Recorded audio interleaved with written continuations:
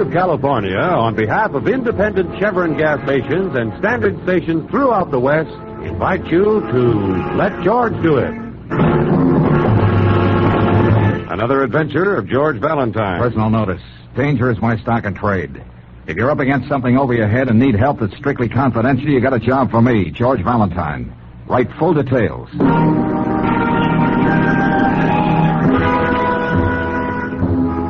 Mr. Valentine, let's see if you're as good as your ad says.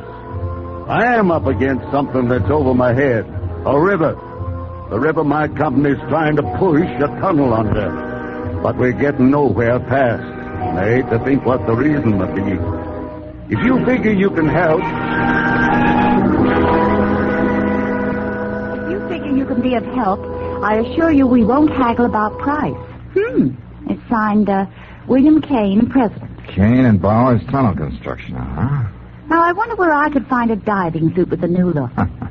No, seriously, Brooksy, you must mean the West End Tunnel, the one they're having all the trouble with breakthroughs and cave-ins. I could drop in at the Globe department store. Okay, Angel, okay. But this seems like a job for an engineer, not for me. Well, there's still no harm in talking to the nice man who insists he's not going to haggle about price. As long as you insist on being mercenary, let's get going.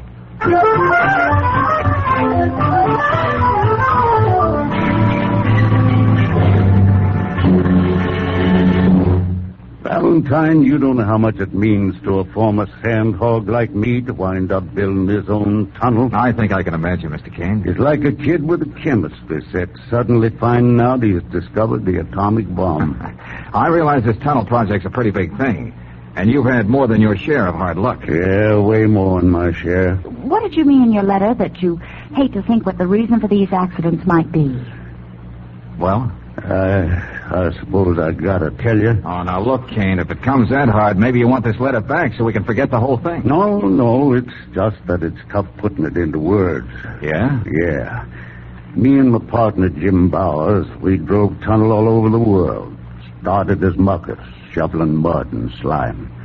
Got to be miners together, using dynamite and drills when you didn't even know what was going to happen next under the river. You'd think you'd get to know a guy after going through all that with him. Well, let's be blunt and put it this way, Kane. You suspect your partner, Bowers, is holding up the works here, is that it? Yeah, but I gotta be sure. What makes you suspect him at all? I found out that the company we outbid to get this job made Jim a big offer to come with them. But if he's a partner here, what's the percentage for him in a deal like that? Well, Jim's always resented that I'm better suited to run the front office up here while he has to work with the men. Oh, I get it. So if he could bunch up this job, and we lost it to the Cameron Construction Company, they'd take him in there as a big shot. Well, you certainly must have talked this over with Mr. Bowers. Yeah, I did, miss, and he said that you turned the Cameron offer down flat. But how can I be sure? Now all these accidents. With Bowers always on the spot to make them happen, if that's what he wanted. Frankly, Valentine, I don't even know how you can help me. Sandhogs are a clannish crowd. You can't go wandering around down that tunnel snooping around. Mr. Kane, suppose you let me give it some thought. George. Yeah, Brooksy. How'd you like to buy a for instance? Okay, Brooksy, I'll buy. Well, for instance, if you were a reporter and I were a photographer, we could be doing a story for a national magazine. That would get us down into the tunnel to snoop. Say, that might be an idea, that. Then you could look around. I'll tell Sanders to expect... Oh, now, wait a minute. Hey, look, Brooksy, that's a good for instance, all right. But this business of we... Of course I meant we. Why do you think I came up with the idea? Okay, you arrange it, Kane. I think we're going to take a crack at it.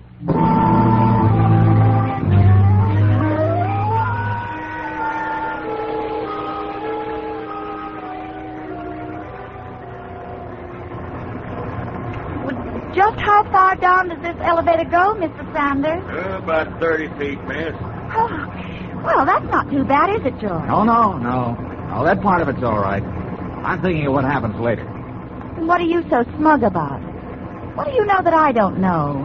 Hey, you want to tell the lady what happens next, mister? Well, miss, it's getting into the tunnel that you've got to worry about. Oh? There'll be about 40 pounds of pressure per square inch on you down there.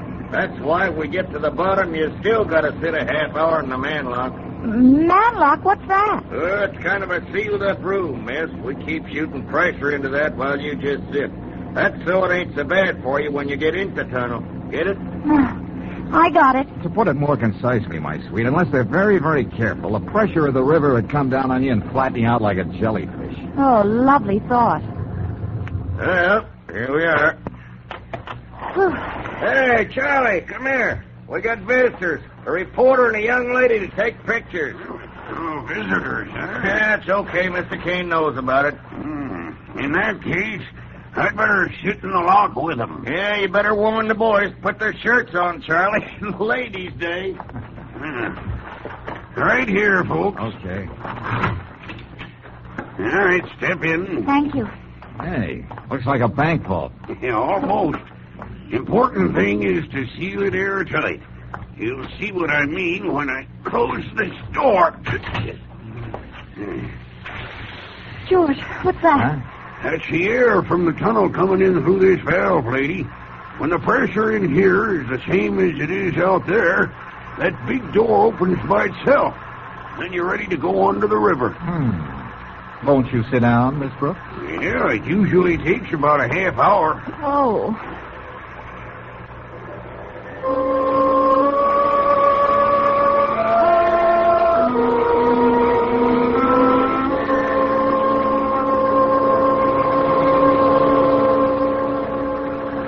Just about a minute more now. You all right, Brooksy? I'm just swell. But my ears. It's even worse coming out.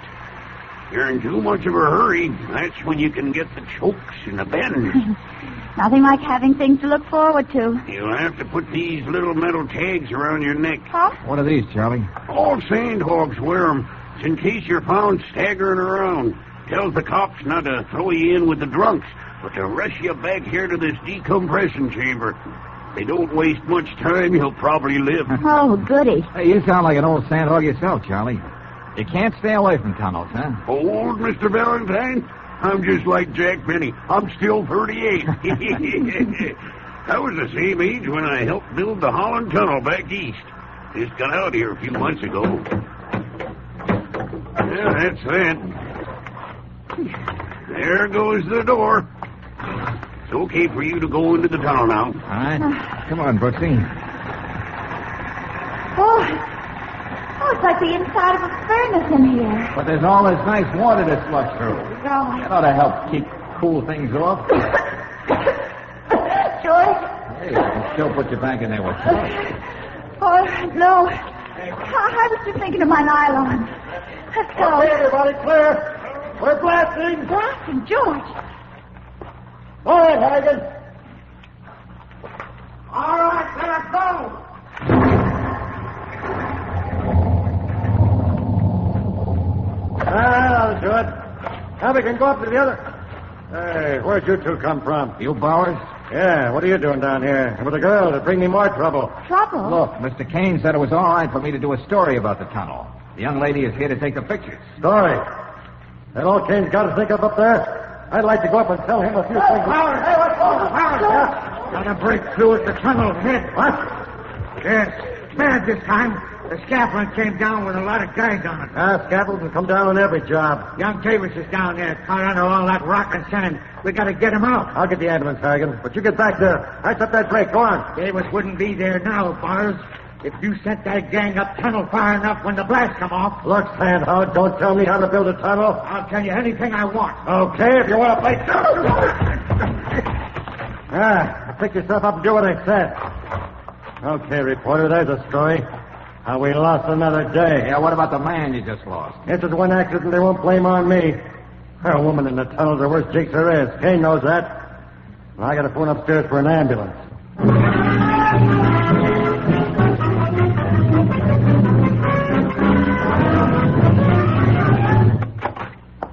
Well, I see the two partners are working late tonight. That's good. Oh, Valentine. You get a good story out of that accident today? Now, look, let's stop kidding each other. You know I'm not a reporter, Bowers. I wasn't born yesterday. I know Kane had you checking on me. Why shouldn't I? You know we can't go on much longer this way, and you're in charge. A little bribe from the Cameron Company, and you... Another crack like that, and I'll fix Okay, you. break it up, boys. Break it up. Let me do some talking. What I have to say will be short and to the point. Yeah? Yeah. I did some checking today. Bowers isn't the only one who might profit by these accidents. You could too, Kane. Huh? What are you talking about? Let's hear some more. I had a talk with the city engineer. He said he doesn't know how you can do this job on the bid you put in. I admit I was figuring close to the line, but we would have made it if things went right.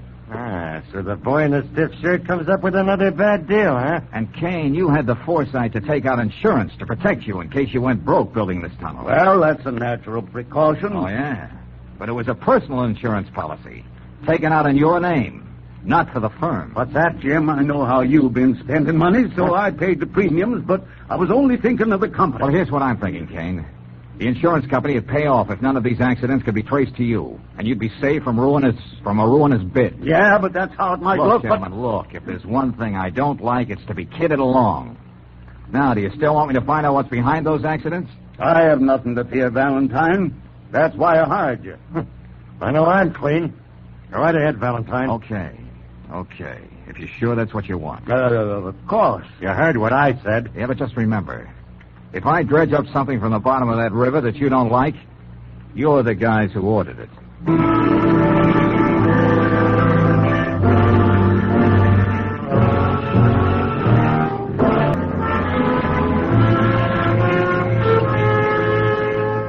Now back to tonight's adventure of George Valentine and a $1 million tunnel burrowing deep under a riverbed. A series of unexplained accidents that stopped the job cold.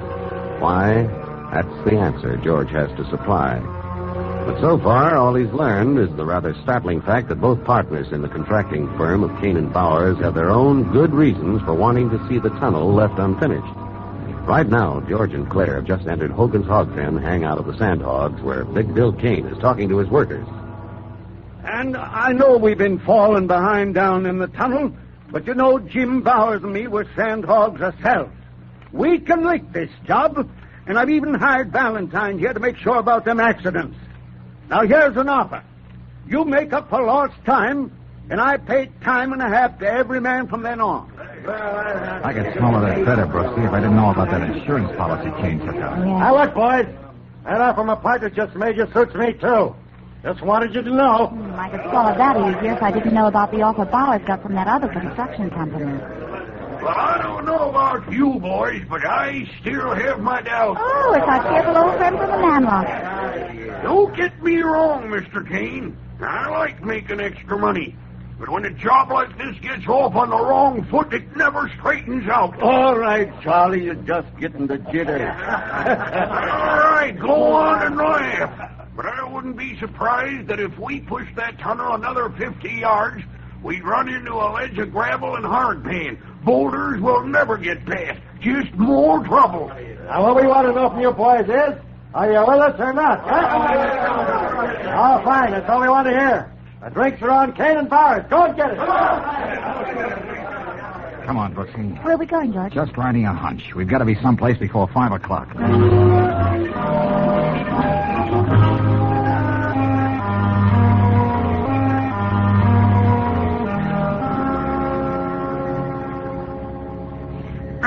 I wish you'd hurry, Mr. Valentine. You know the Bureau of Harbors and Waterways closes at 5 o'clock. Yeah, sure. I'll be through in a minute. Yeah, I think I found the map I want. Topographical survey, riverbed, section B, Oleander through Perry Street. Uh-huh. Well, that's just where the tunnel is being built, George. Huh? Very interesting. Yeah, and this would be around Pier 19. What are you talking about? I'm not quite sure, Brooksy. But we're going to ride that hunch a little harder.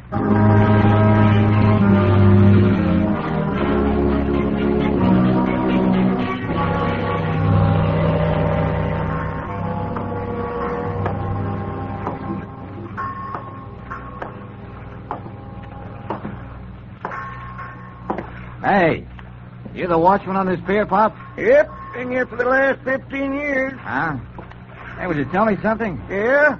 Those white bubbles coming up there in the river. Yeah, that's why they're working on a new tunnel, son. That's as far as they got in all these months. Yes, we read they're having a lot of trouble. Yeah, they keep working day and night, too. Can always tell by the position of that trawler out there just where they're working. You don't say. Yep, she's there every night, too. Sort of keeps right ahead of the tunnel. I can tell that by the bubbles that come up out of the water. I wonder what the trawler has to do with the tunnel. Yeah, I don't know. Man goes over the side in a diving suit every night. Suppose that's got something to do with the tunneling job, though. Probably he's kind of a traffic cop down there. Clears out the fish so they can go ahead. Traffic cop, huh? Hey, Pop, you've been a great help. Thanks a lot. Yeah, you're welcome. Now where, George? Angel, what do you say I hire a motorboat and we take a nice romantic ride on the river?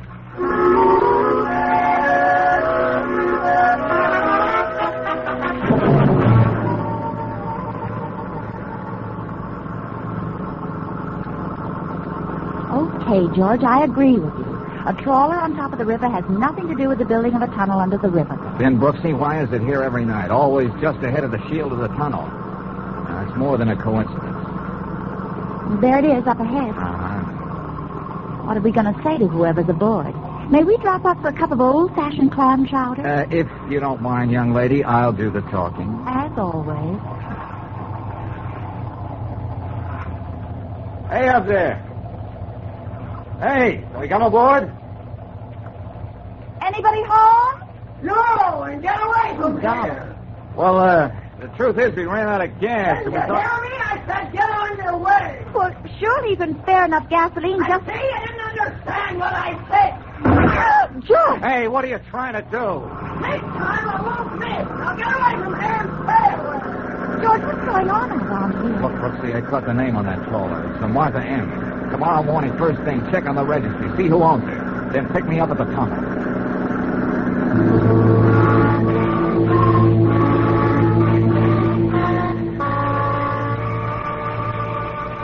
You were down in the tunnel early this morning, Mr. Valentine.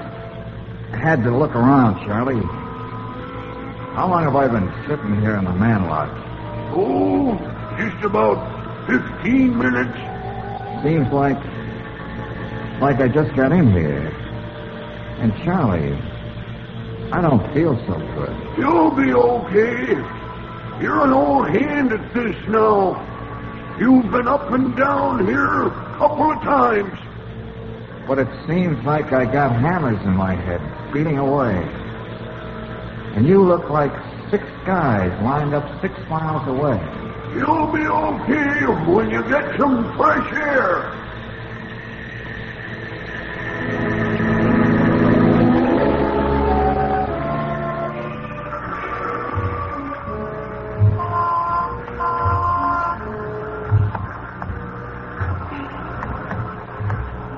Hey, look, officer. I know where I want to go. Help me, will you? Yeah, you need a lot of help, mister. I've been watching you weaving down the block. I'm very sick. I feel rotten. I wonder why. I think I got the bends. Yes, and you've been bending over the bar too much. Hey, take me back, officer. The tunnel. There's only one place I'm taking you, to jail, so you can sleep it off. Come along with you now.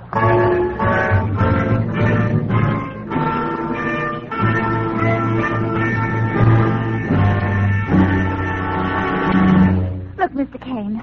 Mr. Bowers, I know Mr. Valentine was here at the tunnel this morning. Okay, but what you so excited about, Miss Brooks? He was supposed to meet me at the shaft, and he never would have gone without leaving some kind of message. I wouldn't worry about Valentine. I found out what he wanted to know, and he was waiting for that information. Information about the tunnel? What kind of information? I'll let Mr. Valentine tell you. Do you mind if I use your phone? No, right ahead. Hello? Police headquarters? Let me talk to Lieutenant Riley. Okay, I'll wait. Look, we hired your boss so we could keep this thing confidential. Yeah, that's right. Let's forget about ethics, boys. The man who's among the missing is someone I happen to care a lot about. Hello? Oh, Lieutenant Riley, this is Brooksy. Oh, I need your help. I can't find George. Oh, look, Lieutenant, will you check the jails and the hospitals and see what you can come up with? Oh, believe me, Lieutenant, I know what I'm talking about.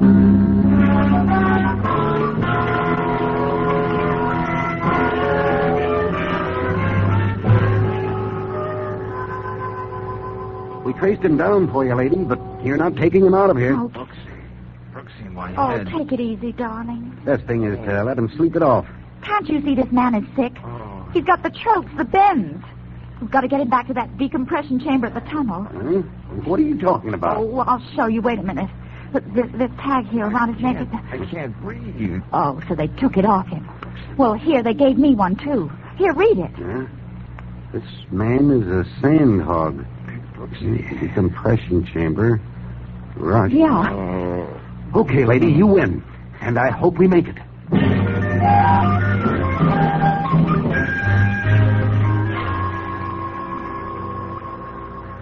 Hello, Angel. Oh, darling, I thought you'd never open your eyes. Hey, why doesn't somebody turn that radiator off? It's hissing. We're back in the manlock, George. That's why you're feeling so much better. Oh. Hey, but what happened? Well, you were down in the tunnel this morning, and you must have come up too quickly. That's why they picked you up in the street wandering around. Oh, yeah. I remember coming up. Then everything's suddenly going blank. I got all the dope on that trawler, the Martha M. Yeah? Well, it has nothing at all to do with the tunnel. It's registered in the name of C.W. Egan and his wife, Martha M. Egan. Oh, yeah, and the Egans were out fishing. C.W. in a diving suit and Martha M. with a rifle instead of a rod and reel.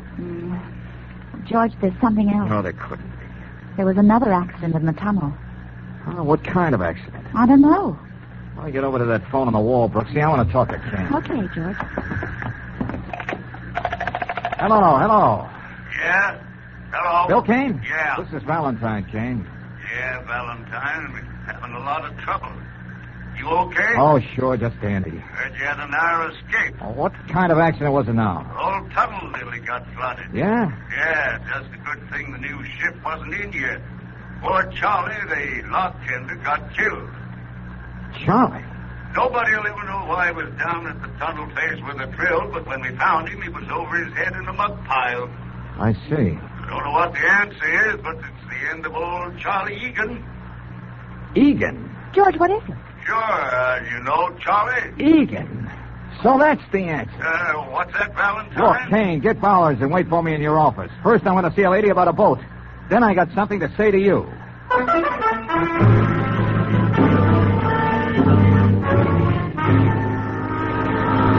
Valentine, you don't know what you're saying. Just the same, gentlemen, it was Charlie Egan who was responsible for all the trouble here at the tunnel. That doesn't make sense. He was just a lock tender. He gave him the job more out of pity than anything else. Okay, then listen to this. Do you remember what Charlie said at the hog pen? Not particularly. He said if the tunnel went another 50 yards, it would run into a ledge of gravel, hardpan, and boulders. Well? Well, the map of the Bureau of Harbors and Waterways didn't show it. But Charlie knew exactly what he was talking about. How would you know that? That's funny. I asked myself those same questions. How would an ordinary sandhog just in from Chicago know the exact topography of the riverbed? Yeah. He suspected I was getting wise and saw to it that I got a good case of the bends this morning. Just to make sure I was a dead duck, he took that tag from around my neck. Yeah, but why? Was he crazy? Well, that's a matter of opinion. I didn't want to believe the reason myself when I found out. I talked to Mrs. Egan. She's the lady on the boat. Now, she's in the outer office right now. Suppose we have her in and see if it's any easier for you to believe her story. Anything you say, Valentine. Okay. Will you come in, please, Mrs. Egan? All right. I want you to repeat just what you told me. Well, what shall I tell them? The two people wasted their lives looking for a will-o'-the-wisp, a treasure you were always going to find the next day. Treasure? Yes. Sensible people don't believe in buried treasure and sunken ships bulging with gold, but Charlie did. Now, wait he a minute. He was the eccentric C.W. Egan, who spent a fortune and 20 years of his life looking for ships that had sunk with treasure aboard. And fantastic as it may seem, gentlemen, he found one. Didn't he, Mrs. Egan? Just a couple of months ago. He went down into the river every night. He kept prowling around the hull of that boat. He knew that there was gold there somewhere. He kept saying he'd find it any day now, his treasure. And then Kane and Bowers started to drive a tunnel. Yeah. Charlie knew it was going to meet head-on with the Granada, the old Spanish galleon he knew was there. It became a race against time. That's why he got a job here. Did all he could to keep the tunnel from getting any farther. Yeah. And at night, every night, he'd go down to look some more. And I'd help him. And today was his last desperate attempt to flood us out. Yes. He wasn't going to see anybody get to his treasure as long as he lived. And he kept his word.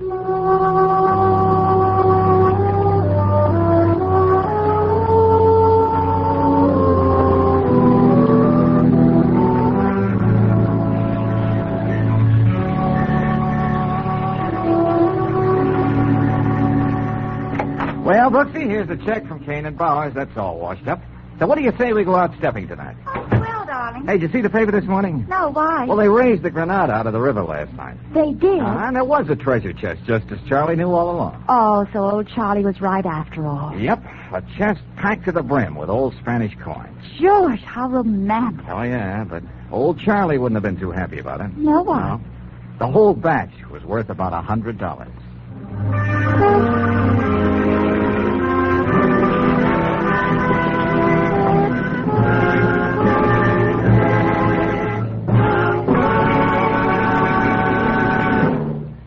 And now, a message of importance to motorists. Maybe you've got your vacation trip all mapped out, but how about the family car? Before you start out, better make sure it gets a thorough vacation check at your standard station or independent Chevron gas station. They'll inspect your tires, battery, spark plugs, and oil filter. They can tell whether there's any risk of your fan belt getting out of kilter, and they'll make sure that each vital lubrication spot is okay. Besides helping you get off to a good start on your vacation, there's another thing about independent Chevron gas stations and standard stations.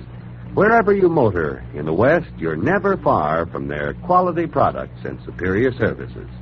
And don't forget, whether you're on a vacation or just motoring around town, these are the service stations where they say and mean, we'll take better care of your car.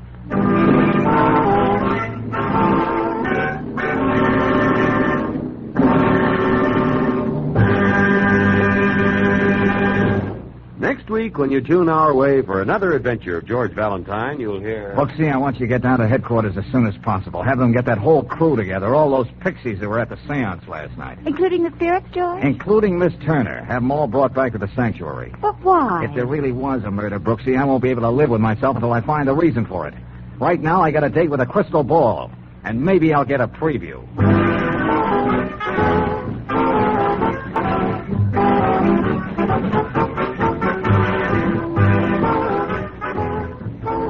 Tonight's adventure of George Valentine has been brought to you by Standard of California on behalf of independent Chevron gas stations and standard stations throughout the West. Let George Do It stars Robert Bailey as George with Francis Robinson here. Tonight's story was written by David Victor and Herbert Little Jr. and directed by Don Clark. Also heard in the cast were Francis X. Bushman as Kane, Herbert Litton as Bowers, Ruth Parrott as Mrs. Egan, Joe Duvall as Charlie, Franklin Pinky Parker as Sanders, and Leo Cleary as Harrigan. The music is composed and conducted by Eddie Dunstetter. Your announcer, John Heaston. Listen again next week, same time, same station, to Let George Do It.